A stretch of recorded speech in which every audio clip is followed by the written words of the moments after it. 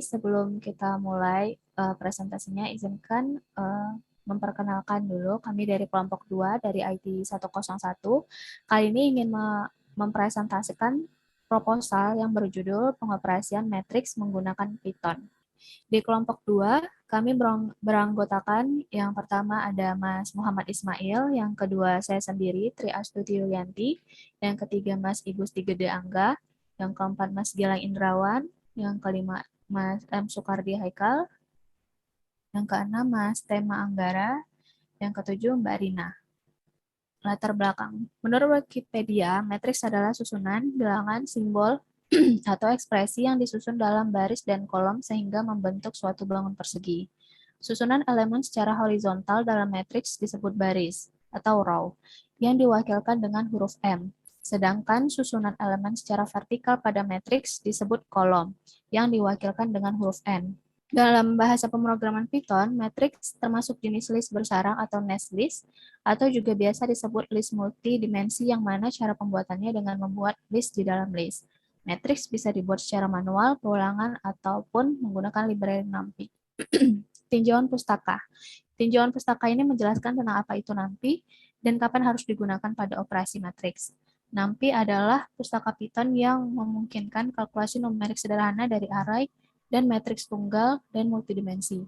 Sesuai dengan namanya, NumPy menonjol dalam kalkulasi numerik. Banyak perpustakaan ilmu data seperti Panda, Scikit-learn, dan SciPy mengandalkan NumPy. Ini merupakan bagian dari aplikasi ilmu data yang ditulis Python saat ini.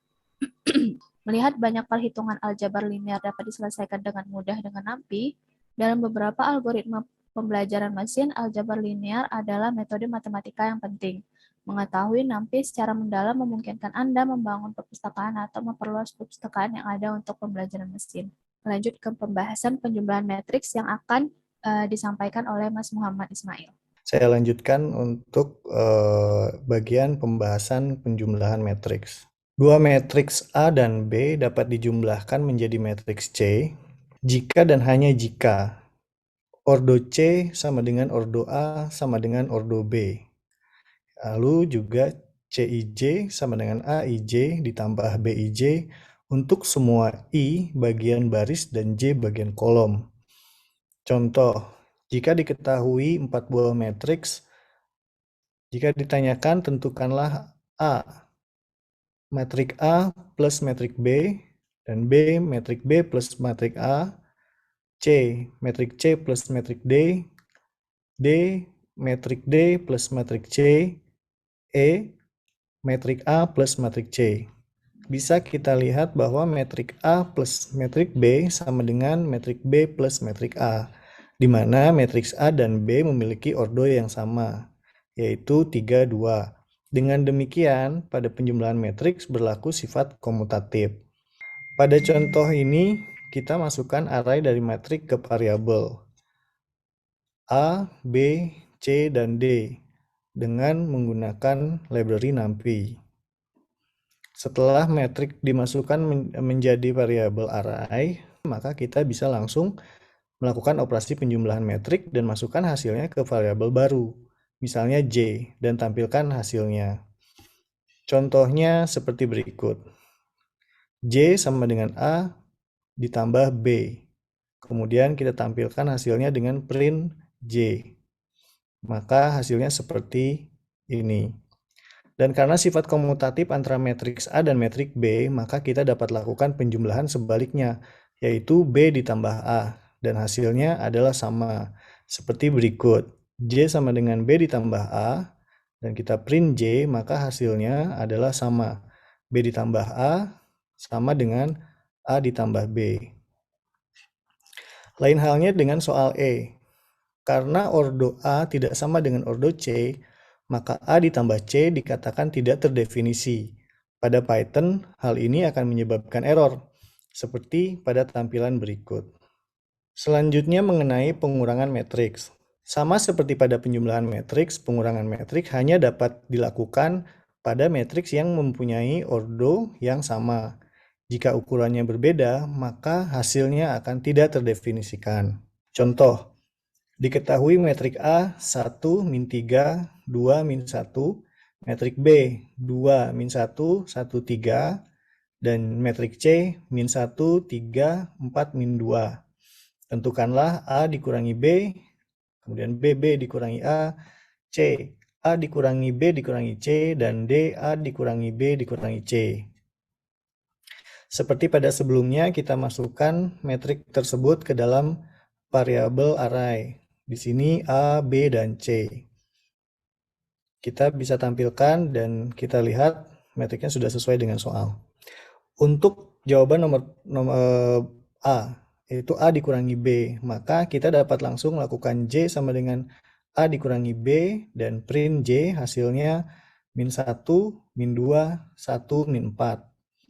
Sebaliknya, B dikurangi A, maka J sama dengan B dikurangi A, print J hasilnya adalah 1, 2, min 1, dan 4. Berbeda dengan yang A ya. Dari contoh di atas, kita dapat ketahui bahwa pengurangan matriks tidak berlaku sifat komutatif dan asosiatif. Selanjutnya, pembahasan mengenai perkalian matriks yang akan dilanjutkan oleh rekan saya, rekan Mas Gilang. Iya. Ya, terima kasih. Berikutnya tentang perkalian metrik. Jadi perkalian sebuah metrik merupakan salah satu operasi dasar matriks yang biasanya cukup kompleks. Pada proses ini, Anda akan mengalihkan setiap elemen pada baris sebuah metrik dengan setiap elemen pada kolom matriks yang kedua. Nanti kemudian hasilnya dijumlahkan dan menjadi elemen matriks baru. Jadi kita lihat di contoh soal berikut. Di sini terdapat dua matriks, yaitu matriks A dan B. Pertama, kita akan kalikan setiap elemen di baris pertama matriks A dengan setiap elemen di kolom pertama matriks B. Berikutnya, hasilnya dijumlah dan menjadikan elemen baru. Berikutnya, baris pertama pada matriks A diproses lagi dengan kolom kedua pada matriks B. Baris pertama matriks A diproses dengan kolom ketiga pada matriks B. Sampai semua baris proses, kita akan temukan hasilnya di sini. Jadi ada 3 baris. 315241, 619081, 323925 itu hasilnya. Itu hasil dari perkalian matriks secara manual. Oke, berikutnya perkalian matriks yang contoh tadi di atas kita masukkan ke dalam Python. Salah satu cara yang perkalian matriks dengan Python adalah dengan menggunakan NumPy. Dengan NumPy, dua variabel yang dari dua array yang di atas kita tinggal masukkan saja. Jadi matriks A dan B tadi kita masukkan saja di dalam Python. Setelahnya kita masukkan fungsi NumPy, yaitu np titik dot buka kurung matriks 1, matriks 2 tutup kurung, atau NumPy titik dot buka kurung matriks 1, matriks 2 dan tutup kurung. Dan setelah itu kita proses dan hasil yang didapat sama dengan hasil yang dikerjakan manual. Kita masuk salah satu perkalian metrik yang disebut nest loop. Jadi nest ini disebut bersarang. Jadi nested loop adalah loop yang bersarang. Dalam bahasa pemrograman Python mengizinkan penggunaan loop di dalam loop. Jadi ini akan menghasilkan penggunaan memori sehingga memastikan looping yang hasilnya tidak mubazir. Di Python kita akan menggunakan nested loop for di dalam nested loop yang kedua. Looping ketiga tersebut kita gunakan untuk melakukan proses penjumlahan hasil perkalian baris dan kolom. Hasilnya elemen matriks baru akan ditempatkan pada koordinat tersebut. Sebagai contoh bisa dilihat di proses perkalian matriks di bawah ini. Berikutnya pembahasan dari tentang scalar matriks yang dilanjutkan oleh rekan saya. Baik, terima kasih Mas Gilang. Kali ini saya akan lanjutkan dengan pembahasan perkalian skalar matriks. Perkalian skalar matriks. Perkalian bilangan real skalar dengan matriks A dituliskan skalar dikali matriks A adalah suatu matriks yang elemen-elemennya diperoleh dengan cara mengalihkan setiap elemen matriks A dengan bilangan real skalar. Dengan demikian, jika A sama dengan A, B, C, D, maka skalar A sama dengan K kali A, K kali B, K kali C, dan K kali D. Contoh perkalian matriks dengan skalar berlaku hukum distributif di mana K kali A tambah B sama dengan skalar A ditambah skalar B. Sebagai contoh, diketahui A sama dengan 1, 2, 3, 5, dan matriks B 3, 1, 4, 6. Tentukanlah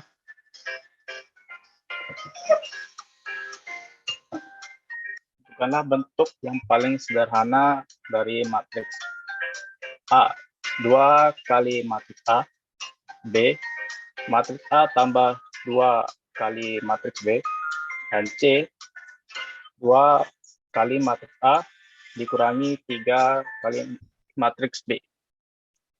Untuk pembahasan pertama, yaitu yang A, 2 dikali matriks A sama dengan 2, langsung saja kita kalikan dengan matriksnya, yaitu langsung kita temukan angkanya 2 dikali 1, 2 dikali 2, 2 dikali 3, dan 2 dikali 5 akan mendapatkan hasil matriks 2A yaitu 2, 4, 6, dan 10. Pada contoh di atas kita buat dan masukkan array ke matriks ke variabel terlebih dahulu.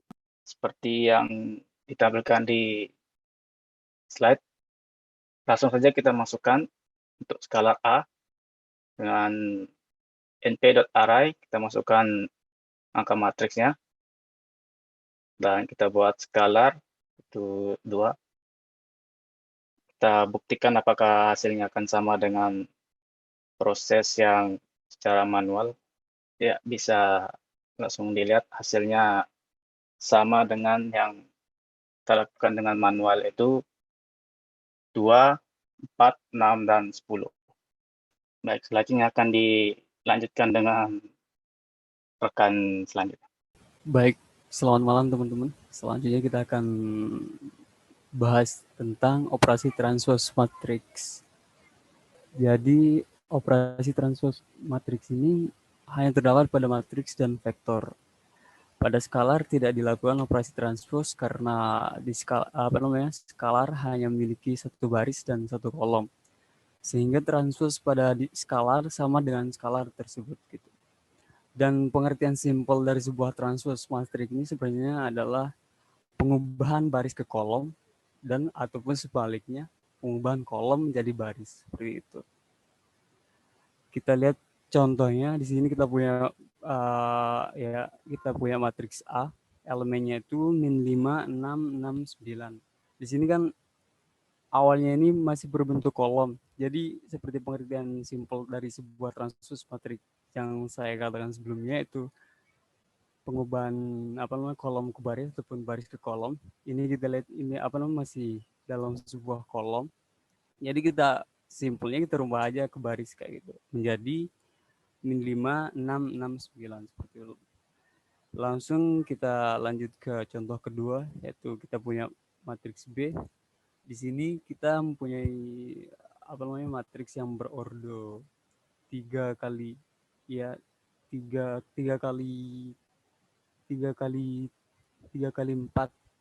3 baris dan 4 kolom. Seperti tadi lihat aja ini kita ambil yang paling sedikit aja. Di sini kan punya 3 baris nih. Jadi ubah aja ke kolom. Jadi di sini kan ada baris dengan elemen 6, 5, 4, 9. Kita ubah menjadi kolom jadi 6, 5, 4, 9. Terus selanjutnya seperti itu gitu. Terus contoh ketiga, di sini kita punya matriks dengan ordo 3 kali 3. Serta elemennya di sini ada baris yang pertama ada 3, 4, 5, terus kolom pertama 3, 7, min 4. Kita ubah saja langsung ke transpose, kita transpose. Oh ya, transpose itu ditandai dengan huruf T besar ataupun T kecil di penamaan matriksnya, atau biasa juga menggunakan tanda aksen. Jadi tanda aksen itu dilambangkan sebagai tanda bahwa matriks tersebut sudah ditranspose seperti itu. Di sini kita ubah menjadi C aksen menjadi baris dengan elemen 3, 7, min 4. terus 466 dan selanjutnya seperti itu. Jadi simpelnya seperti yang saya katakan tadi, semisal kalau apa namanya pengubahan dari baris itu menjadi kolom ataupun dari kolom ke baris seperti itu. Pengertian simpel dari sebuah transpose matrix. Oke, next saja. Dan kita coba lihat untuk contoh di Python-nya. Sebelumnya kita berbicara sedikit tentang Python ini. Jadi Python ini dibuat oleh kalau nggak salah siapa ya Guido van Rossum namanya, pembuat dari Python. Jadi dulu sekitaran Python ini dibuat di Amsterdam, Belanda sekitar tahun 1990. Selanjutnya dikembangkan supaya stabil sekitar sekitar tahun 1995 seperti itu. Langsung saja kita lihat contohnya. Di sini kita punya variabel array 1. Terus di sini kita pakai yang tadi function dari NumPy-nya untuk transpose matriksnya. Di sini kan ada satu kolom. Kita ubah aja menjadi baris. Terus di sini ada function print untuk mengetahui hasil dari transpose matriks tersebut. Dan sini bisa kita lihat hasilnya seperti ini yang di bawah. Setelah ditranspose itu maka dia berubah menjadi baris seperti itu. Jika operasi transpose pada sebuah matriks menghasilkan matriks awalnya, maka matriks tersebut disebut dengan matriks simetris seperti itu. Jadi elemen sebelum ditranspose dan setelah ditranspose itu sama. Itu disebut dengan matriks simetris seperti itu. Kita bisa lihat contohnya di sini. Di sini kita punya matriks A dengan elemen baris pertama min 1 7 8, baris kedua 7 9 min 5, baris ketiga 8 min 5 4. Lalu kolom pertama ada min 1 7 8, kolom kedua 7 9 min 5, dan kolom ketiga 8 min 5 4. Dan kita ubah setelah ditranspose menjadi min 1 7 8 sama seperti elemen yang sebelumnya. Jadi jika elemen sebelumnya sama dengan elemen yang setelah ditranspose, itu disebut dengan matriks simetris seperti itu. Next, kita bisa lihat contohnya dengan menggunakan Python. Ya sama seperti tadi, pakai library NumPy, masukkan function transpose, maka hasilnya sama seperti yang sebelumnya kayak gitu. Dan semua matriks simetris adalah matriks bujur sangkar. Jika operasi transpose dilakukan 2 kali pada sebuah bentuk matriks dan vektor, maka akan menghasilkan matriks awalnya. Kayak gitu. Sekian dari saya. Kurang lebihnya mohon maaf dan assalamualaikum warahmatullahi wabarakatuh. Kita lanjut ke bagian metode dulu ya yang akan disampaikan oleh Mas Tema. Silakan Mas Tema.